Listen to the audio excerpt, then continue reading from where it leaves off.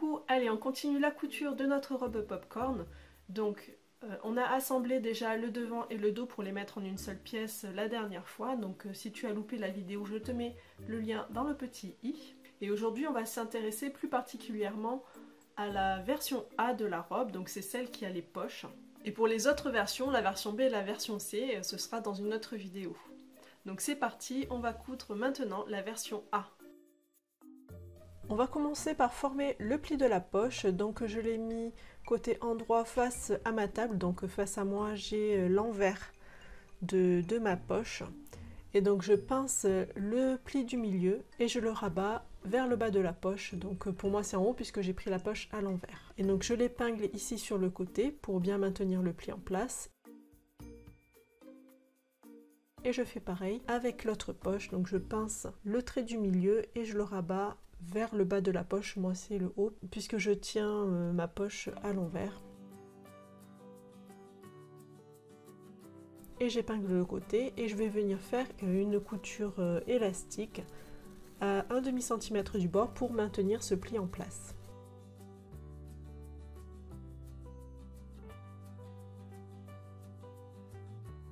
Ensuite, je vais venir attacher un fond de poche sur cette poche. Donc je prends un fond de poche et je le pose endroit contre endroit sur ma poche et je vais épingler le haut. Je fais ma couture à la surjeteuse à 1 cm du bord. Si tu n'as pas de surjeteuse, tu peux très bien utiliser un point élastique de ta machine à coudre. Ensuite, je retourne ma poche et je vais épingler la couture du haut, de manière à ce qu'elle soit bien mise. Et je vais surpiquer le haut de cette poche. Pour ma surpiqûre, j'utilise un point élastique de ma machine à coudre et je la fais à 2 mm du bord. Donc il est important que ce soit un point élastique car sinon la poche risque de gondoler. Ensuite, je vais attacher cette poche au côté de la robe. Donc attention là, parce que le côté, il ne s'agit pas du côté entier du patron. Je vais couper ici mon patron au niveau du repère de poche. Pour ce repère de poche, on n'est pas obligé de découper le patron. Tu peux faire ici comme moi. J'ai replié ici le patron au niveau du repère de la ligne de poche. Et je replie le petit côté pour pouvoir tracer sur le tissu le patron de mon côté avec la poche. Donc là je vais assembler mon fond de poche au bas du côté. Donc je dépose mon fond de poche endroit contre endroit sur le côté. Ici il faut faire attention à bien positionner le pli de la poche, donc le pli doit être du côté devant sur le côté, donc c'est-à-dire du côté où on attachera le devant de la robe et pas sur le côté du dos. Et on épingle le bas du fond de poche.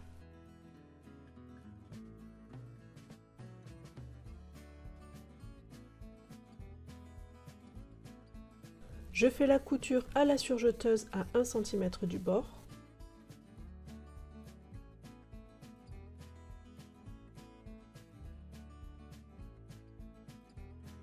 Et je vais venir former la poche en épinglant bien les côtés bien correctement. Donc j'aligne bien mon fond de poche, ma poche et le côté. J'aligne bien les coutures et j'épingle pour que ça tienne bien, pour que ça soit bien maintenu en place. Et je fais pareil de l'autre côté. Alors là, ici, le haut de ma poche, en fait, il n'est pas du tout tendu sur mon côté. C'est une poche qui est assez ample, qui est très large, qui est lâche et qui tombe un petit peu. Donc ça c'est le style que j'ai voulu donner à cette robe. Donc c'est normal, si on a du volume à ce niveau-là, la poche n'est vraiment pas plaquée sur le côté. Donc je rajoute un petit peu des épingles tout le long. Et là on a deux possibilités, soit on va surpiquer tout ça 5 mm du bord pour avoir une couture vraiment tout le long pour bien maintenir tout ça en place, soit on stoppe cette étape et on laisse bien tout épingler. Alors peut-être qu'on peut rajouter une petite épingle pour être sûr que ça tienne bien. Et donc ensuite on va attacher ce côté au devant de la robe. Donc on fait toujours attention à bien mettre le côté qui va être devant sur le devant de la robe. Donc j'épingle endroit contre endroit. Je vais épingler d'abord les deux bouts, donc en haut de la robe et en bas de la robe. Et ensuite je vais épingler tout le long en maintenant bien la même tension tout le long. Donc comme c'est un tissu élastique, donc il faut faire attention à ne pas trop tirer sur l'un ou l'autre des tissus. Et là on peut aussi s'aider des repères de taille et de hanches qui sont notés sur les patrons pour pouvoir bien épingler correctement le côté sur le devant. Et je fais ma couture à la surjeteuse à 1 cm du bord. Donc la difficulté sur cette couture là, c'est de bien faire attention à la poche. Comme ce n'est pas une poche plaquée, elle risque de se mettre un petit peu en travers au moment de la couture, donc il faut bien vérifier que toutes les épaisseurs sont bien à plat au niveau de lorsqu'on coud. Donc il ne faut pas hésiter à soulever un petit peu le tissu, voire commencer en dessous.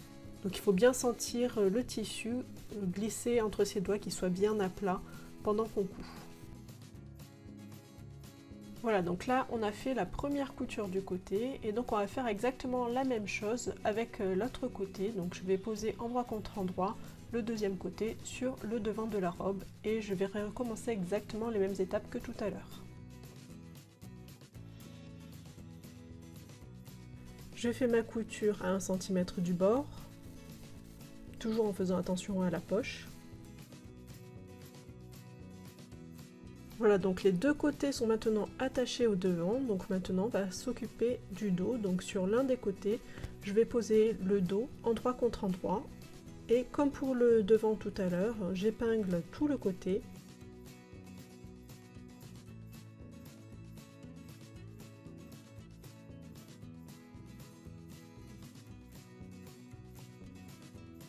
Je couds à 1 cm du bord en faisant attention à la poche.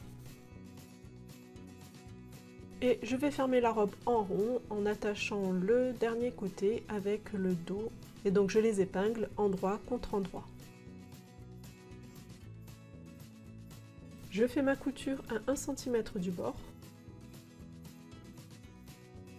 Et voilà, donc là la robe est fermée en rond. Je vérifie qu'il n'y a pas de petit fil qui s'est pris dans les coutures. Et je vais m'occuper de l'ourlet. Donc pour faire l'ourlet, je vais commencer par faire un surjet. Donc moi le surjet je le fais à la surjeteuse et ça va me permettre aussi d'égaliser un petit peu les tissus puisqu'ils n'ont pas tous été cousus exactement. Il y a des endroits où ça dépasse un petit peu, donc ça va me permettre de bien aligner tout le tour du bas de la robe. Ensuite je fais mon ourlet. Donc pour l'ourlet il suffit de rabattre de 1 cm le bas de la robe vers l'intérieur.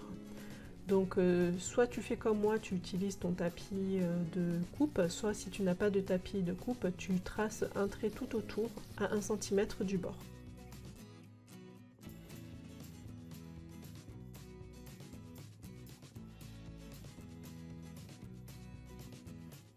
Il ne reste plus qu'à faire la couture de cet ourlet, donc on utilise encore une fois un point élastique pour que ça gondole le moins possible. Donc moi là j'utilise un point zigzag. Et voilà, donc les côtés sont assemblés pour la version A, donc je te donne rendez-vous la semaine prochaine pour voir comment coudre la version B.